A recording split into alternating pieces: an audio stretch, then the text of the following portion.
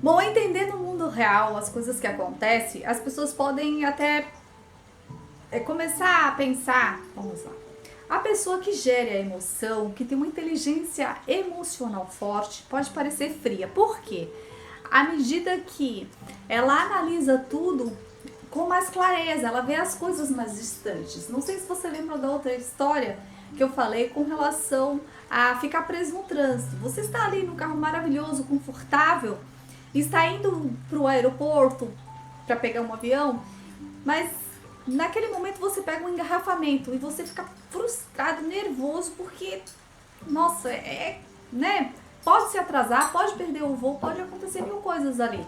Aí fica frustrado. Mas uma vez que você chega lá no aeroporto, você pega o avião, aí você começa a olhar de cima, o engarrafamento tá lá, é o mesmo problema, só que você não está mais dentro, você está fora. Então a visão é assim, puxa, poxa, que bonito lá embaixo, olha só, aquele monte de carros, aquele monte de luzes amarelas ou vermelhas piscando, dá, né, uma tonalidade, uma sincronização bonita.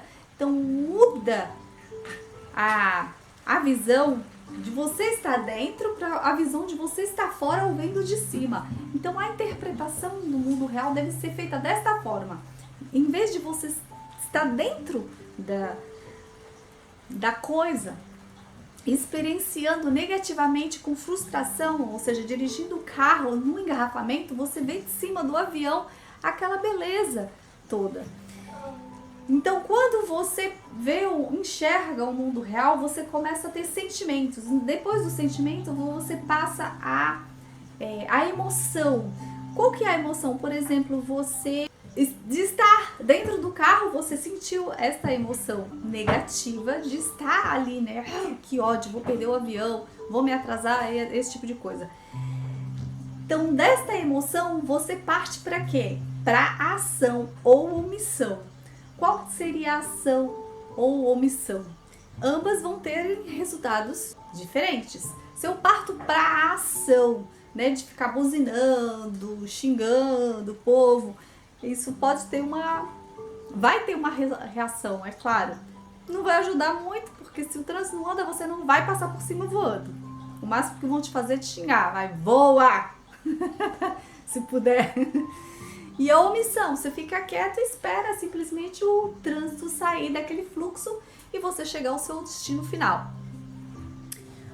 O que eu quero que você entenda com isso? É que à medida que você se controla a sua emoção, você pode chegar mais rápido ao seu objetivo e deixar de ser bobo. Ah, Josilma, mas com isso eu vou chegar mais rápido ao aeroporto? Não, eu não vou ter tanta frustração quanto se eu ficar xingando o povo, buzinando. Vai ter condições? Agora veja a visão de quem vê de cima do avião. A visão de quem vê de cima, olha que lindo aquele monte de luzes piscando. Você tem sempre que sair dessa sintonia, dessa frustração e ver a coisa de cima, de um âmbito muito maior. Então, quando você se frustra por uma pessoa ser petista, por exemplo, fala assim, que merda, o que colocaram na cabeça dessa pessoa de acreditar que um ladrão, e olha só, pode ser o presidente e ele tem ideia de que o cara é honesto, não é ladrão.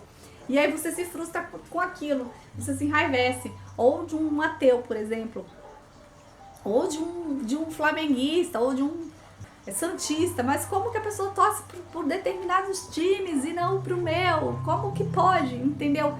Você está dentro daquele carro preso no engarrafamento. Isso é só um sentimento, não é o mundo real. O mundo real são as pessoas e tudo que acontece, tudo que tem de natural. As pessoas, árvores, plantas, águas, coisas. Esses acontecimentos, na verdade, fazem apenas parte dos acontecimentos da sua vida, fazem parte do enorme projeto ou perspectiva que você colocou na sua vida. Não é um mundo real. Então você tem que saber de que eu estou aqui neste momento para exercer esse papel ou vivendo esta situação neste lugar, nesse engarrafamento, mas que não é o mundo real. É só uma experiência que eu estou passando. Então eu não preciso me frustrar com isso. A pessoa que me deve dinheiro e não pagou, aí eu fico me frustrando na minha cabeça, porque eu vejo a pessoa passeando, posta no Instagram, posta no Facebook, mas não me paga. Aí eu fico frustrada. O que acontece? Eu não estou gerindo minha emoção, porque a pessoa tá lá se divertindo. Ela não tá nem gastando o meu dinheiro, ela já tá gastando de outra pessoa que ela pediu emprestado. Então, a gente tem que ver isso. Fui tola, né, por emprestar, mas e agora? O que eu tenho que fazer? Perdoar, porque quando eu perdoo, eu me liberto disso. E aí eu tô gerindo a minha emoção, porque eu estou me libertando. Uma pessoa, um petista, também tem que perdoar, né, a pessoa por ter cometido tal crime, né, de voltar uma pessoa que não é confiável. E essa divergência aí de times, mas eu voto eu torço pelo Santos, eu torço pelo Flamengo, eu torço pelo Corinthians, ou sei lá. Gente, é questão de crenças. Eu não posso ficar em conflito o tempo todo com a pessoa porque ela torce por determinado time. Então, é cada um no seu quadrado. O que eu tenho que fazer é não mostrar sentimento com relação a isso e principalmente não expor a minha emoção. Eu posso até sentir, mas não expor a minha emoção. Por que eu vou expor a minha emoção? Porque às vezes, assim, a gente acaba brigando com a pessoa. Como você faz isso? Como você voltou na tal pessoa? Como você torce por determinado time? E vai haver sempre esses conflitos, porque as mentes são diferentes. Nunca vai existir uma mente que pense igual a outra. Então sempre há divergência. O que eu tenho que entender é que as pessoas, elas não estão aqui para me servir e aí ficar à mercê das minhas vontades. Por isso que a gente vai ter sempre frustração. Desde que eu ponho expectativa no outro, eu vou me frustrar. Se eu não colocar, eu não vou ter. Simples assim. E aí eu vivo bem mais em paz. Qual que é o problema da maioria das mulheres? É que nós, como seres mais sensíveis que os homens, a gente é muito emotiva. Então coloca emoção em tudo. Isso é nato da gente. A gente também por ser procriadoras, né? Por a gente gerar vidas dentro, a gente tem essa sensibilidade sentimental maior, mais aflorada. E o que acontece? A nossa mente, né, nos trai, não, nosso sentimento nos trai, assim, com emoções. Então a gente sempre se magoa mais e a mulher tende a adoecer mais também, porque o sentimento move a emoção, que move a ação. Quando essa ação vai gerar alguma coisa no corpo ou fora dele. Quando já aconteceu muitas vezes, inclusive comigo, e acontece com a maioria das pessoas. Gente, a gente guarda sentimentos, guarda aquela emoção e aí a gente não expõe isso. Ela se transforma em doença. Por isso que a mulher adoece mais rápido, mais fácil que o homem. O homem às vezes já é mais explosivo. Mas eles também guardam. Por isso que muitos homens, inclusive, morrem do coração. Porque eles vão guardando, guardando, guardando e quando explode, é de vez. A maioria dos homens não ficam doentes assim tanto quanto as mulheres, mas quando adoecem é aquela explosão, porque estava tanto tempo lá guardado que, né, foi e levou eles de vez. Isso, por exemplo, aconteceu com meu pai. Ser mais emotiva, acontece isso. Quando ela expõe demais a sua emoção em forma de fúria, aquela coisa toda, às vezes não acontece dentro dela a ação. Mas como a energia ficou no ambiente, na atmosfera dela, vai atrair alguma coisa negativa. Por exemplo, no meu caso, sempre que eu expunha essa emoção negativamente, agressivamente, essa energia ficava ao redor de mim e eu atraía algum tipo de ou acidente, ou roubo, perda de dinheiro, alguma coisa desse tipo. Alguma perda eu atraía. Por quê? Era uma energia negativa que estava acumulada e toda energia ela precisa ser eliminada, ela não pode parar ali. Então ela vai em algum lugar, ela foi criada, né? Nós somos criadores, então a gente vai criando energias, acredite, uma hora ou outra ela sai, sendo boa ou ruim, ela sai. Se a gente criar energias boas, ela vai ficar pairando sobre a gente como uma poupança, digamos assim. A gente está depositando dinheiro.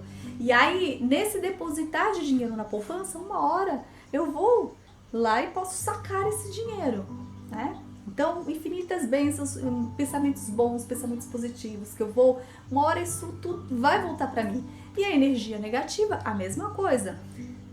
Se ela não ficar no meu corpo, em forma de harmonia, e eu expandir, né, em forma de luz, e a pessoa sentir aquela agradabilidade quando eu estou próxima, porque eu consegui o tempo todo controlar a minha emoção para que fosse positiva. E aí isso faz com que a energia boa esteja dentro de mim o tempo todo. E aí eu me expanda mais. Agora, quando eu tenho também energia negativa, também, né? Tem aquelas pessoas que a gente chega perto e fala assim, meu Deus, que é isso? Que energia ruim, né? Ou uma sugadora de energia, um vampiro que chega e suga toda a sua energia. Lembra dos vampiros, da série dos vampiros que eu fiz? Então as pessoas chegam perto e te sugam energia, porque elas estão tão sobrecarregadas com coisas negativas que ficaram sem. Então quando chega perto de outro, precisam dessa energia para sugar. E quando acontece isso, a gente tem que o quê? Se fortalecer. Por isso que a emoção tem que ter o controle emocional. Porque o controle da emoção vai evitar que você adoeça, que energias ruins se espalhem e que atraia, né, coisas ruins para a sua vida, como desastres, né, acidentes, perca de dinheiro, assaltos, roubos, todas essas coisas. De uma forma ou de outra ela sai. A energia boa também é a mesma coisa. Então vamos aí controlar, né, a nossa emoção. Ter uma energia, ter uma inteligência emocional forte, equilibrada. Embora às vezes você possa parecer frio em determinadas situações. Por exemplo, quando a minha mãe foi internada, eu falei assim, uma mulher chegou a falecer, né, na minha frente, as pessoas ficaram desesperadas, naquela aflição, e eu... Gente, pra mim aquilo é algo natural, como nascer. É natural o morrer, é natural, ou não é? É uma coisa natural. Então eu não me abalei emocionalmente com isso. As pessoas olham assim pra mim, então a minha mãe também estava doente, e aí a minha filha também adoeceu na mesma época, e em seguida meu neto. E as pessoas falam assim, nossa, que coisa ruim você tá passando. Eu cheguei até a ir num encontro, assim, num jantar beneficente, e as pessoas falaram, ai, e aí, chegou atrasado. Eu falei, então, é por isso que aconteceu. E falou assim, o que você tá fazendo aqui, né? Tantas coisas que aconteceram, como você pode estar tão tranquila? Porque a minha inteligência emocional estava completamente controlada. Ou seja, são processos que acontecem, coisas que acontecem normalmente na nossa vida. Um ente querido chega, outro vai embora, um adoece, mas eu não tenho que puxar tudo aquilo pra mim, certo? A minha mãe ficou doente, a gente fica sentida, a gente fica com cuidados. Meu neto ficou doente, a gente fica com cuidados, redobra, né, em atenções. Mas não é necessário que eu me envolva totalmente naquilo, que eu fique, ai meu Deus, aquele desespero, não, mas e se morrer, e se isso, se aquilo? Para! Se envolver emocionalmente é um desgaste muito maior que vai te levar à doença, não vai resolver o problema e ainda vai fazer com que você fique doente e não consiga lidar com a situação. Se eu fosse me abalar emocionalmente porque a minha mãe estava doente, ou o meu neto e a minha filha, praticamente todos ao mesmo tempo, quem ia cair? Eu. E aí eu não conseguiria lidar, né, com essa situação. Ia ficar doente, eu seria a quarta doente na história. E eu tenho que ser forte para suportar tudo isso. Então, emocionalmente, a gente tem que lidar sim com essas emoções, sabendo que cada um que ficou doente dentro desse ciclo teve responsabilidade por ele, né? Então eu não tenho que me envolver nisso. Eu sei que a minha mãe, por causa de alimentação, por causa de medicamentos errados que ela tomou, foi o que causou isso. A minha filha na mesma situação, né? O bebê também na mesma situação. A minha filha teve alguns descuidos, certo? Que a gente precisou? Só reformular isso para saber, olha, você vai melhorar a alimentação, você também e o bebê também, certo? Então, simplesmente isso, enxergar a coisa de longe e ver assim, oh, não é um bicho de sete cabeças. Você tá doente, vai tomar um medicamento, vai melhorar a sua alimentação, vai melhorar você também, vamos reformular tudo e acabou. É simples assim, mas dentro do hospital a pessoa faleceu na sua frente, foi o que a minha mãe ficou com muito medo. Eu vou ser a próxima. Se chegou a hora, o que a gente pode fazer? A gente vai sentir muito, sabe? Na hora, eu particularmente sou um pouco fria, eu não sei, ou demora a ficha cair, porque quando meu pai faleceu foi assim, eu ligava para todo mundo, eu avisava, eu conversava com as pessoas, mas assim, a ficha parecia que não caiu, só caiu quando eu realmente vi no caixão no cemitério, que foi assim, bem, né, chocante, aí eu não segurei mesmo a emoção, o que é normal também, né? Gente, você vê a pessoa morta e vai dizer, agora assim, com relação a pessoas que não são da minha família, aí você vê ali, você se assustar, ai meu Deus, ou então se assombrar, como a minha a minha irmã falou, ai meu Deus, eu ia ficar louca com isso, se eu visse alguém morrendo na minha frente. Eu falei, é um processo natural da vida. Além disso, a pessoa estava sofrendo muito. Eu até estava orando que Deus fizesse o melhor por ela, porque na situação que ela estava, num câncer terminal, o ideal era que realmente ela partisse e se livrasse daquela dor naquele momento. A gente gerir a nossa emoção é muito melhor, não para nos tornarmos umas pessoas frias, como eu tô falando, frios em termos, não é que a gente sabe lidar com as situações, a gente ser forte, na verdade, sabendo, né, como eu falei, sabendo lidar com as situações, observando de longe, você vai poder gerir melhor, inclusive, tudo aquilo sem se envolver emocionalmente, sem ter o desgaste físico e emocional e podendo ajudar todo mundo. Simples assim. Melhore aí sua inteligência emocional. Não se preocupe tanto, porque preocupação é a preocupação. E deixe que o resto siga a sua naturalidade, que é isso que a gente começou a falar. Tudo que é natural. Se a pessoa tiver que morrer, ela morre. Se tiver que viver, ela vive. E você não tem o controle sobre isso. Ative aí o sininho das notificações para assistir os próximos vídeos